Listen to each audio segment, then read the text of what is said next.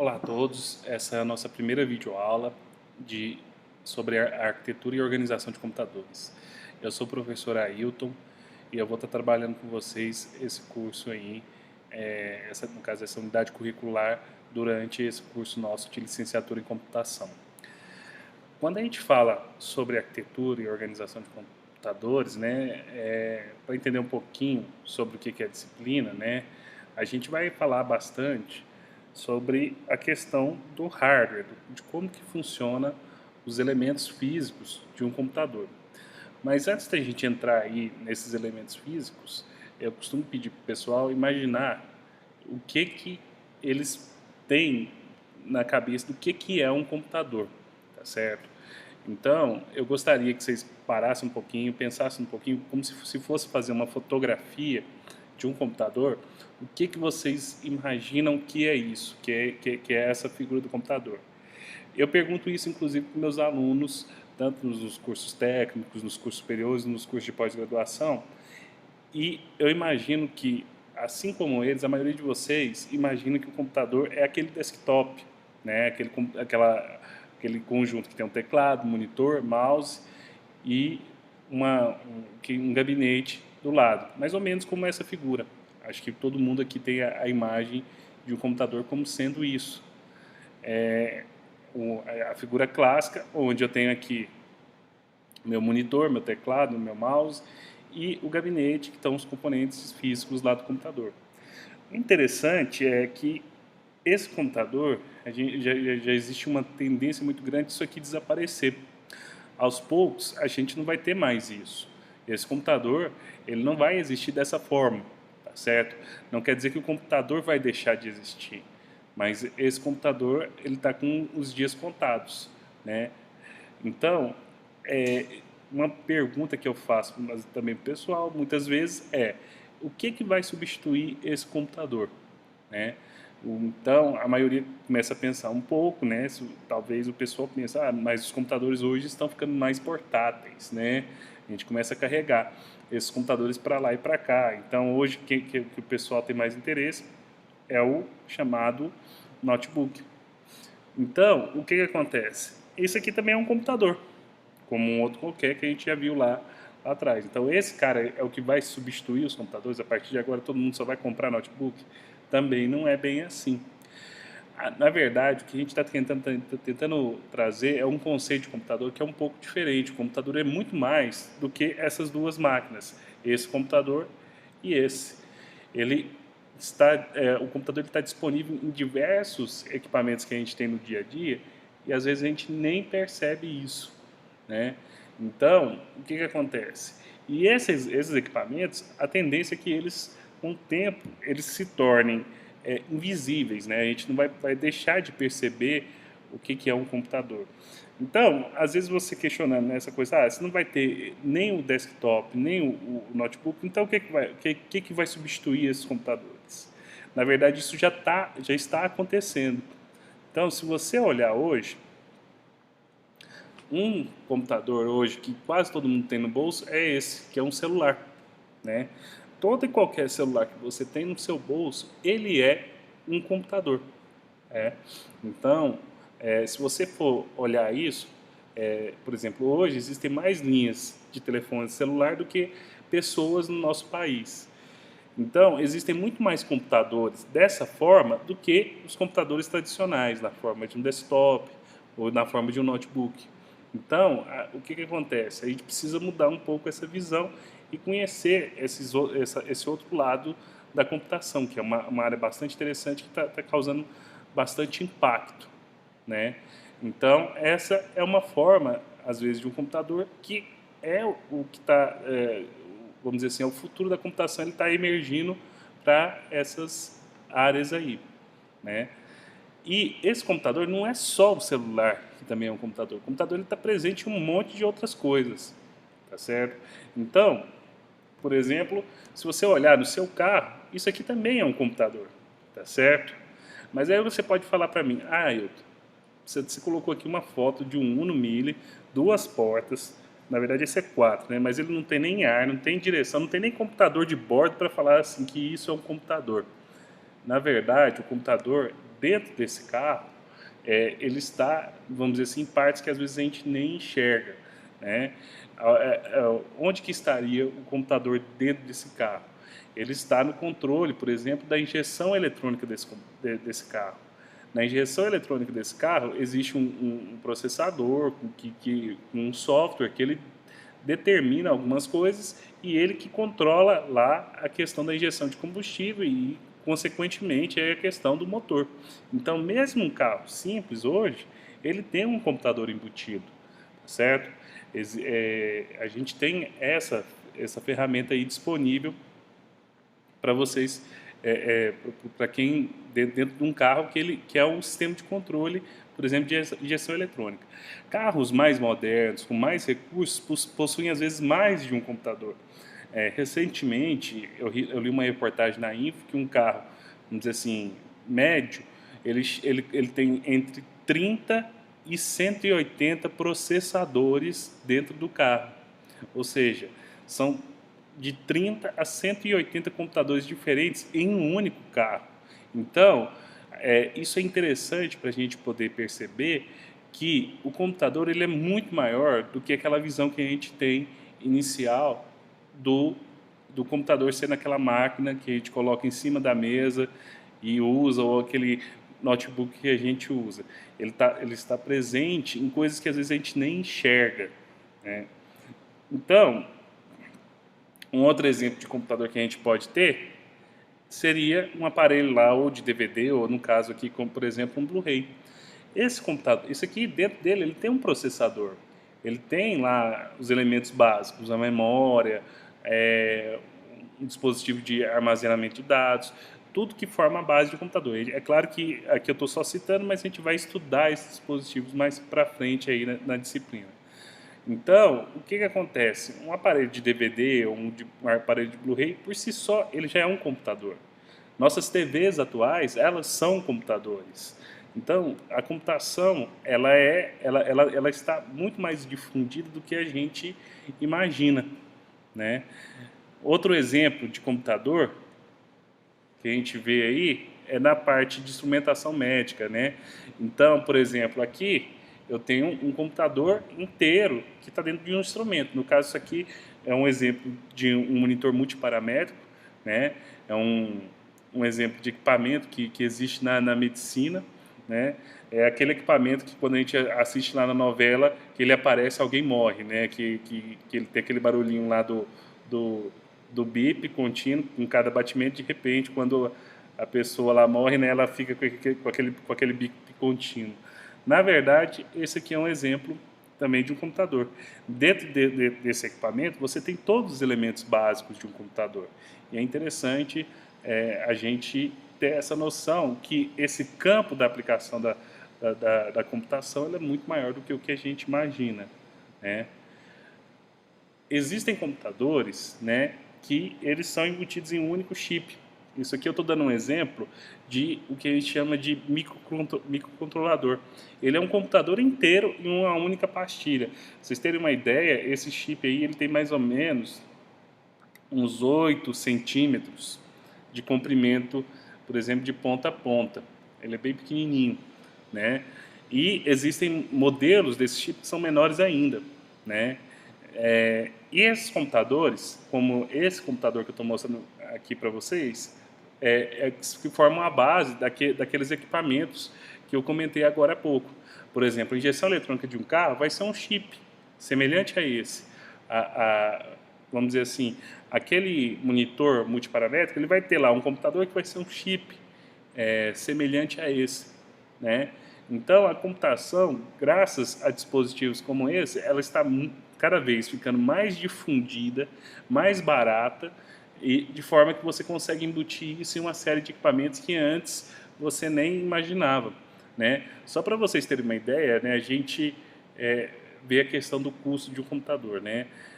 Se você pegar ali mais ou menos em 95, quando começou a realmente ter os primeiros desktops, né, um computador custava na época aí 5 mil, 10 mil reais, né? Hoje a gente já consegue comprar um desktop aí por 600 reais. Um chip desse, hoje, eu consigo comprar ele por 20 reais. E isso daqui é um computador completo, tá certo? Dentro de um único chip. É claro que ele não vai ser um computador que vai rodar o Windows, esse computador clássico que a gente conhece, mas ele tem todos os elementos e forma base para uma série de sistemas que a gente usa hoje, né? Por exemplo, centrais de alarme, né? Você tem lá calculadoras, os próprios celulares, né? Desde os mais baratos até os mais caros, tem um computador semelhante a esse daqui, né?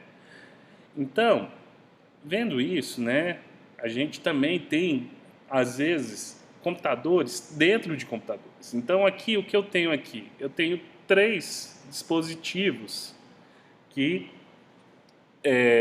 geralmente, você encontra, às vezes, no computador desktop. Eu tenho aqui uma foto de um HD, uma foto de um drive de DVD, e aqui eu tenho uma placa de vídeo. Isso aqui são componentes de um computador. Se você for olhar, existem computadores até aqui dentro. Sabe aquele chip que eu comentei para vocês, que é o microcontrolador? Dentro desse HD, ele tem lá na placa lógica dele um microcontrolador como aquele. Esse microcontrolador, ele realiza as funções de controle desse HD.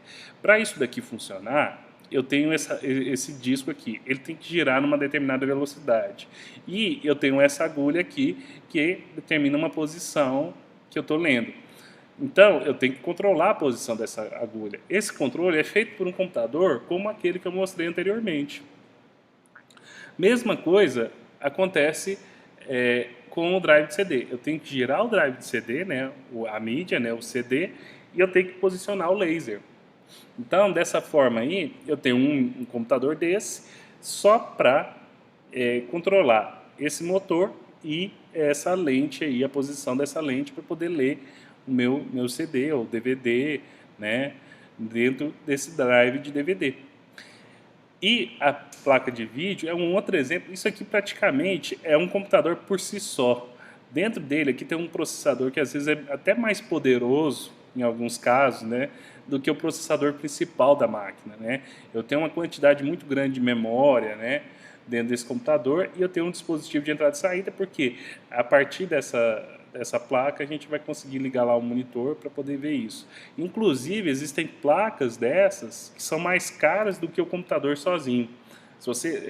Existem alguns entusiastas da computação que eles montam computadores especiais somente para jogos, onde uma placa de vídeo dessa, às vezes, custa R$ 2.000, enquanto o restante do computador custa 1.000. Então, o pessoal, isso é um outro exemplo de onde eu tenho um computador dentro de um computador. Então, eu espero que com isso eu tenha conseguido mudar um pouquinho essa visão de vocês do que é um computador. Ele é um pouquinho maior do que o que às vezes a gente conhece. E a tendência é que a gente tenha mais computadores realmente do que a gente imagina. A gente não vai enxergar esses computadores no nosso dia a dia. Então, para isso, a gente vai fazer o que eu quero apresentar para vocês, inicialmente, agora uma definição formal do que é um computador. Então, um computador, aí, ele é uma máquina programável, que ele recebe entradas, manipula dados e provê uma saída em um formato utilizável, tá certo? Então, essa daqui é uma definição do computador. A primeira vez que você lê essa frase, ela parece um pouco complicada, mas ela tem algumas palavras-chave, né? Eu destaquei essas palavras. A primeira palavra é a palavra programável. A segunda palavra é a palavra entradas. A terceira manipula dados e a quarta é a palavra saída. Então, o que acontece? Vamos entender, se a gente entender qual o motivo de cada uma dessas palavras, a gente consegue entender bem essa definição do computador. Então, o que é ser uma máquina programável? Isso daqui é uma das grandes vantagens do computador. O que ele é ser programável? Programável quer dizer que um computador ele não tem uma função fixa. Ele pode mudar a sua função de acordo com o programa que ele tem. Então, por isso que ele é programável. A função dele muda de acordo com o programa que você está usando naquele computador, que é o nosso software. Você já deve ter visto isso na parte de introdução. Então, o que acontece? Para que serve um desktop? aquele computador lá que a gente tem na imagem inicial, né? Para que serve lá o desktop? Se você pegar um desktop, só o hardware, sem nada, ele não serve para nada. No máximo, peso de papel. O que nos traz alguma utilidade para aquele equipamento quando você utiliza aquele hardware com um determinado software. Então, se eu tenho aquele hardware e eu tenho um sistema operacional e eu tenho o Word instalado, o software Microsoft Word, por exemplo, aquele equipamento ele passa a ter uma função para mim. Qual que é a função que eu consegui nesse caso? Eu transformei meu computador em um editor de textos. Então, eu consigo agora editar textos, né, criar lá uma carta, um memorando, uma tese, um livro. Eu posso escrever isso, editar imagens e assim por diante, né, colocar imagens no meu texto, imprimir, né, esse texto. Então, ele passou a ter uma função. Por quê? Porque o software Word deu essa função. Agora, o mesmo equipamento, por exemplo, se eu instalar um outro software, por exemplo, se eu instalar lá um game, né, um jogo. Então, aquele jogo, ele vai dar uma outra função para aquele computador, que é, na verdade, uma simulação interativa, que é utilizada geralmente para entretenimento. Então, é um negócio que você vai se divertir. Então, ele passou a ter uma nova função a partir do programa que você instalou, que agora foi um game. Se você instala lá, por exemplo, agora um cliente do MSN, né? Por exemplo, lá o MSN Messenger, ou agora é Windows Live Messenger, né? Eles mudam o nome sempre. Aquele software vai dar uma nova função para aquele equipamento. No caso, é uma função que permite você se comunicar com outras pessoas por texto, ou por voz, ou por vídeo, né? Se você instala lá agora um software de reprodução de vídeo, que abre o vídeo como que você está vendo, você está dando uma nova função para esse computador. É um novo programa que dá uma nova função, que é de você reproduzir um vídeo e poder assistir esse vídeo daí. Então, essa é a primeira característica que é importante do computador. Ele é uma máquina programável, ou seja, ele não tem uma função fixa. Essa função ela é variável e depende do programa que você está utilizando. Então, o computador primeiro é uma máquina que ela não tem uma função fixa, ela é programável. E essa máquina ela tem uma característica bem simples, né? O computador, no final das contas, apesar de toda a complexidade que a gente imagina, a base dele é bem simples.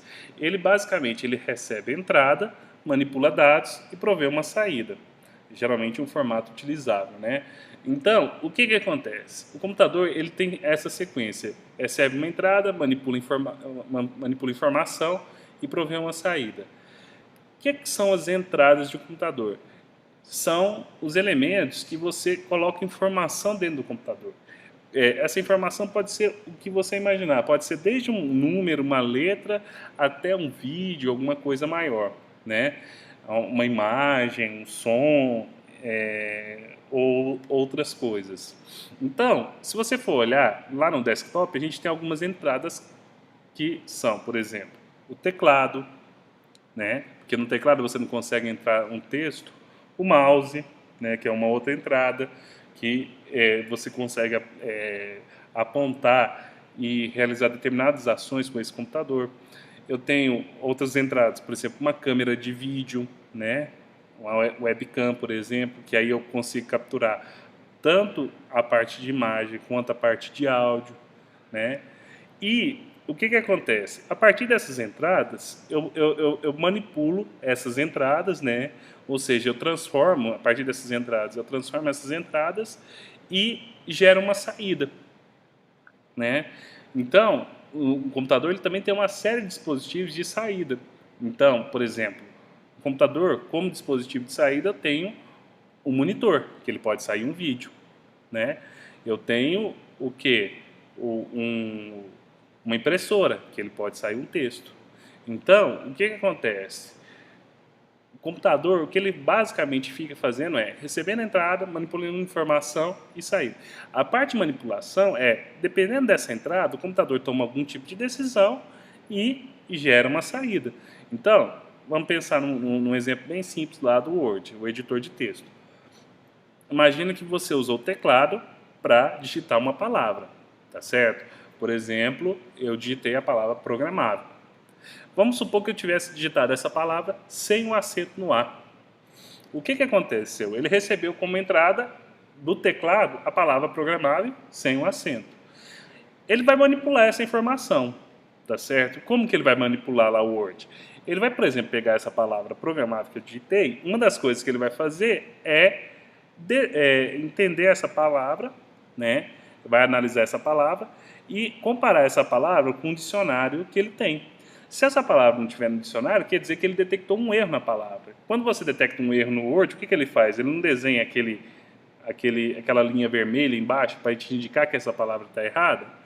Então, depois que ele manipulou essa informação, ou seja, ele pegou essa palavra programável, comparou com o que ele tem lá no dicionário dele, manipulou essa informação, o que ele vai fazer? Ele vai prover uma saída, que é desenhar a palavra e colocar um desenho de uma linha vermelha embaixo para dizer que aquela palavra está errada. Tá certo? Então, e se você olhar todos os computadores que a gente comentou ali atrás, eles fazem isso. Eles são máquinas programáveis e eles recebem entradas, manipulam dados e provêm saídas em formatos utilizáveis. Geralmente são os formatos que a gente tem interesse, né? Então, que formato que eu tenho interesse? Geralmente para o homem, né? Primeiro, imagem, né? Tanto na tela quanto numa impressora, né? Eu posso, por exemplo, usar um som e outras coisas mais, né? Então, esse utilizável nem sempre é para o homem, né? Pode ser um utilizável para uma outra máquina e assim por diante. Então, eu vou voltar agora com esse conceito em mente de você ser uma máquina programável, receber entrada, manipular dados e prover uma saída em formato utilizável, e vamos dar uma olhada naqueles computadores que a gente viu lá atrás. Então, esse computador aqui e esse são os clássicos, não é isso? Então, por exemplo, a gente já viu o exemplo do editor de texto, onde eu tenho uma entrada, né, com um programa, que é o programa lá do Word, por exemplo, que ele recebe a entrada do teclado, às vezes também do mouse, né, pega, processa essa informação e mostra uma saída no meu monitor. Agora, esse computador aqui, será que ele é programável? É. A maioria dos celulares atuais, na verdade, eles têm um programa. Primeiro, eles têm um programa principal, que seria o sistema operacional deles, né? Que às vezes o pessoal chama isso de firmware, tem esse nome especial, né? Alguns permitem até você atualizar esse firmware, não é? E não é só o smartphone, todos os outros são. No mínimo, hoje, um celular trabalha com a parte de programas em Java, então você pode instalar programinhas bem simples, desde joguinhos até outras coisas melhores, mas isso daqui também é um computador. Então, o que acontece? Você pode ter programas que você vai mudar a função, acrescentar funções, por exemplo, para esse celular, né? E ele recebe algumas entradas. Por exemplo, quando um celular, você está falando com alguém no celular, o que ele vai receber de entrada? Basicamente, o microfone que geralmente fica na parte de baixo, perto da sua boca. Porque esse microfone ele vai estar recebendo o som que você está passando para a pessoa. Ele recebeu esse som ele é manipulado, tá certo? Para transmitir ele através lá da rede celular, né? Esse som geralmente ele usa alguma técnica de compressão, existem porque para poder preparar isso para transmitir esse som pelo ar, né? E uma das saídas dele é a própria antena do celular, que vai transmitir isso para a estação rádio base lá. E o processo inverso ocorre, né? A antena também funciona como entrada, né? Que recebe informação lá da sua operadora. Ela vai pegar essa informação e transformar no som que você escuta aqui no alto-falante. Então, esse alto-falantezinho que você tem aqui na parte de cima é a saída do seu computador. É ele quem está fazendo isso, essa função. É claro que existem outras funções, né? Por exemplo, o teclado também é um outro dispositivo de entrada desse computador, né? O teclado você pode usar, por exemplo, para inserir nomes numa agenda, não é isso? E o display é um dispositivo de saída do computador, que a partir dele eu consigo ver lá os nomes de uma agenda. Então, apesar desses elementos serem vários, né, mas estão presentes os três elementos básicos, né? A questão das entradas, a manipulação da informação, que é feita pelo processador que está aqui dentro tem um processador, e a questão da saída. Então, lá no nosso exemplo aqui da injeção eletrônica, eu também tenho esses três elementos, né? Eu tenho as minhas entradas. Quem que seriam as minhas entradas? No caso, a injeção eletrônica, ela controla a injeção de combustível, que basicamente está associada ali com a questão do giro do motor. Então, para poder controlar essa questão do combustível, primeira coisa, ele vai receber algumas entradas. Que entradas são essas? Por exemplo, a posição do pedal de aceleração, né, do acelerador. Quando o acelerador, por exemplo, você não está pisando no acelerador, ele procura manter esse giro um pouquinho menor, né? Ele não coloca tanto combustível. Por quê? Você não quer acelerar, então não vou gastar combustível. Agora, quando você está pisando lá no final do acelerador, o que vai acontecer? Isso, ele vai injetar mais combustível no motor, vai aumentar a velocidade do carro, etc. Então, né, a posição do pedal do acelerador é uma das entradas do computador que está lá na injeção eletrônica. Ele vai pegar essa posição e outras entradas, por exemplo, a velocidade de giro do motor, né?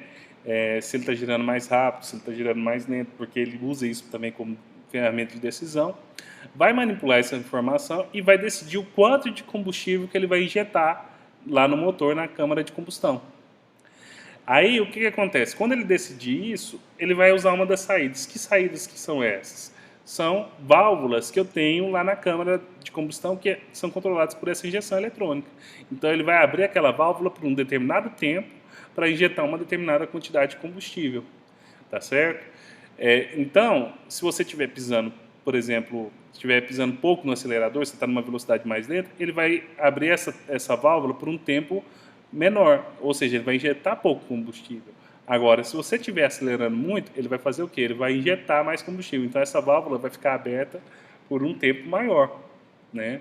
Então, todo esse controle é feito pelo computador. Então, eu tenho a entrada, que são o pedal de aceleração, rotação do motor. No caso dos carros flex, existe um sensor para medir a questão da mistura do álcool da gasolina, né? Que dependendo da quantidade dessa mistura, às vezes ele tem que injetar mais combustível ou menos combustível. E o que acontece? As válvulas são exemplos das saídas, que essas válvulas são controladas por esse computador. Aí você fala, mas esse computador aqui ele não é programável, porque eu nunca vi ninguém programar esse computador. Quem já ouviu falar aí do pessoal que gosta de turbinar o carro, eu acho que já deve ter ouvido falar do caso, eu vou trocar o chip da injeção para ele ficar mais rápido. O que o cara está fazendo quando ele está trocando o chip da injeção? Ele está trocando o processador? Está trocando o computador? Não, ele está trocando o programa. Então, às vezes, o que o pessoal faz na fábrica é limitar, por exemplo, vamos dizer assim, a quantidade máxima de combustível que ele injeta no motor. Para quê? Para manter o motor, vamos dizer assim, numa condição de uso, que esse motor dure um tempo maior. Por quê? Quem fabrica um carro está interessado, ele tem que fornecer uma garantia. E hoje vocês estão vendo aí pelo mercado que existem carros aí com garantia de 5 anos, 6 anos. Então, esse motor ele não pode ter nenhum tipo de problema durante essa fase. Então, a injeção eletrônica desses carros são preparadas para, às vezes, não atingir toda a carga máxima do motor. Ele passa a cortar num determinado limite e isso é feito através de um software, de um programa. Só que, por exemplo, quem está interessado aí, às vezes, em trabalhar com corrida automobilística, né? O que ele quer fazer? Ele não está nem aí para o tempo de uso do motor. Ele sabe que esse motor não vai durar muito tempo. Então, o que ele faz? Ele troca o programa desse computador e coloca esse motor, às vezes, para funcionar em uma certa sobrecarga, em alguns casos. Então, ele acaba injetando, às vezes, mais combustível, acaba fazendo modificações na maneira como que o motor injeta combustível, de forma a atingir uma maior potência, uma maior velocidade. Então, às vezes, só trocando um programa do computador, eu mudo um pouco a função. Apesar da função básica ser a mesma, mas a maneira como que ela está fazendo, agora eu tenho um carro para um carro mais, vamos dizer assim, mais econômico, ou um carro mais do perfil mais durável, para um carro que não é tão econômico e que acaba gastando mais, simplesmente mudando o programa, porque o chip que ele troca basicamente é o programa, é uma memória ROM que contém o programa desse computador, né?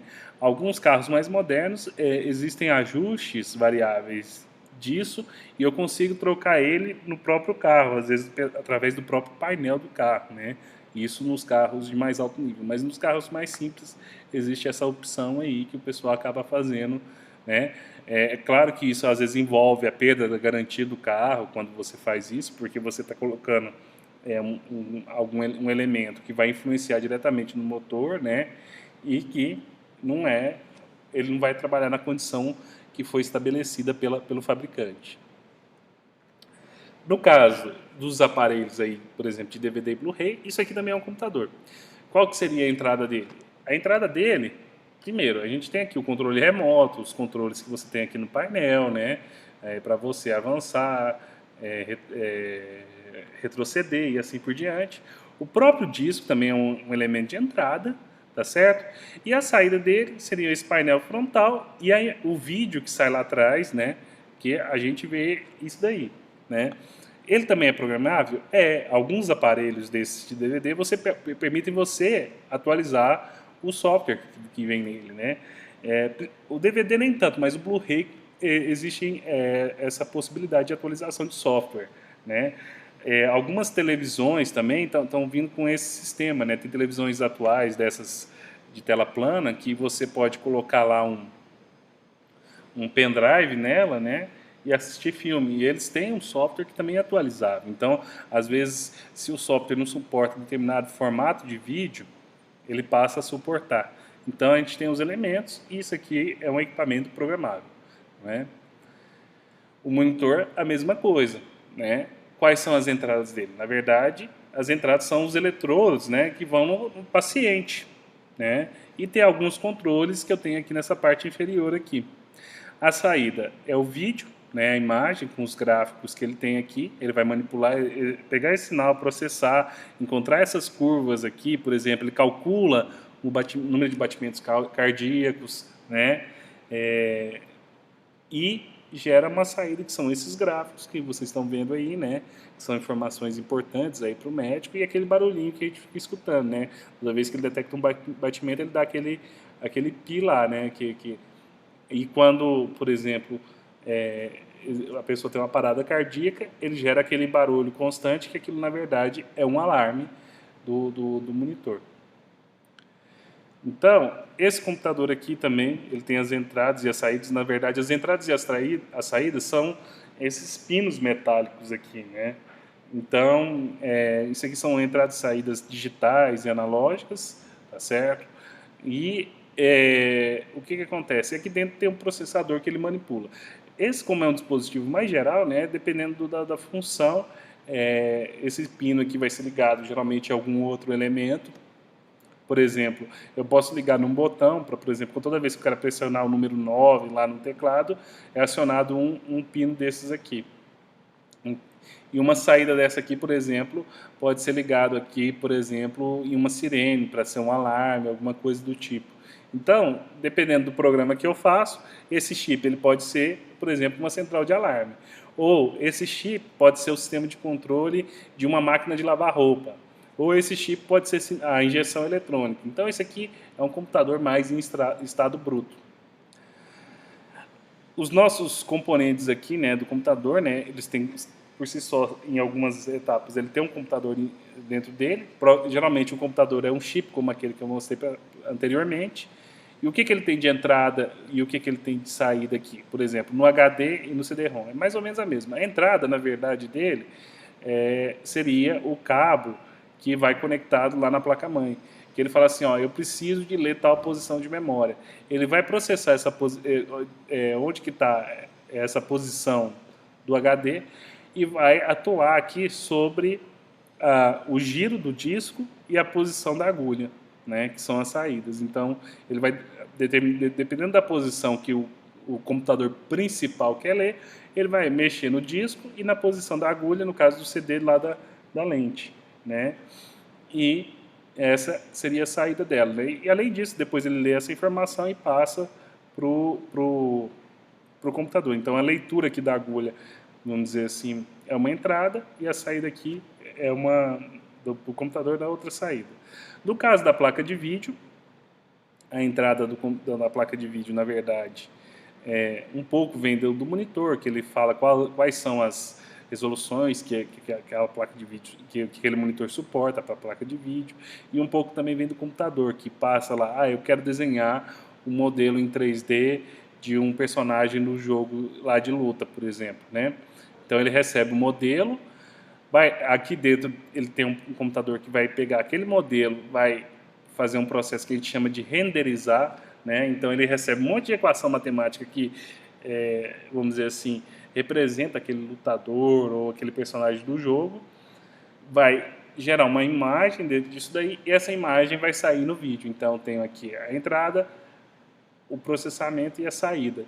E é claro que isso daqui é programável. Esses dois elementos, tanto o HD quanto o CD-ROM, existem atualizações de firmware. Não é muito comum a gente fazer, mas acontece. E essa placa de vídeo, por exemplo, ele tem os chamados pixel shaders, que na verdade são mini programas que o pessoal roda aqui, né, nessa placa de vídeo para poder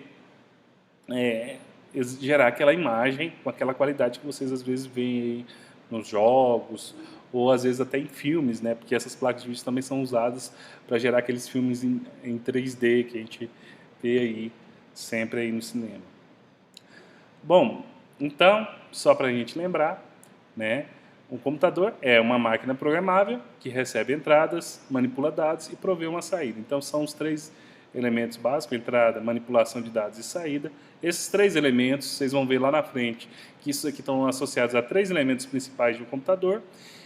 E essa questão do programável, que a função daquele computador ela muda de acordo com o programa. Então, com isso, vocês conseguem perceber que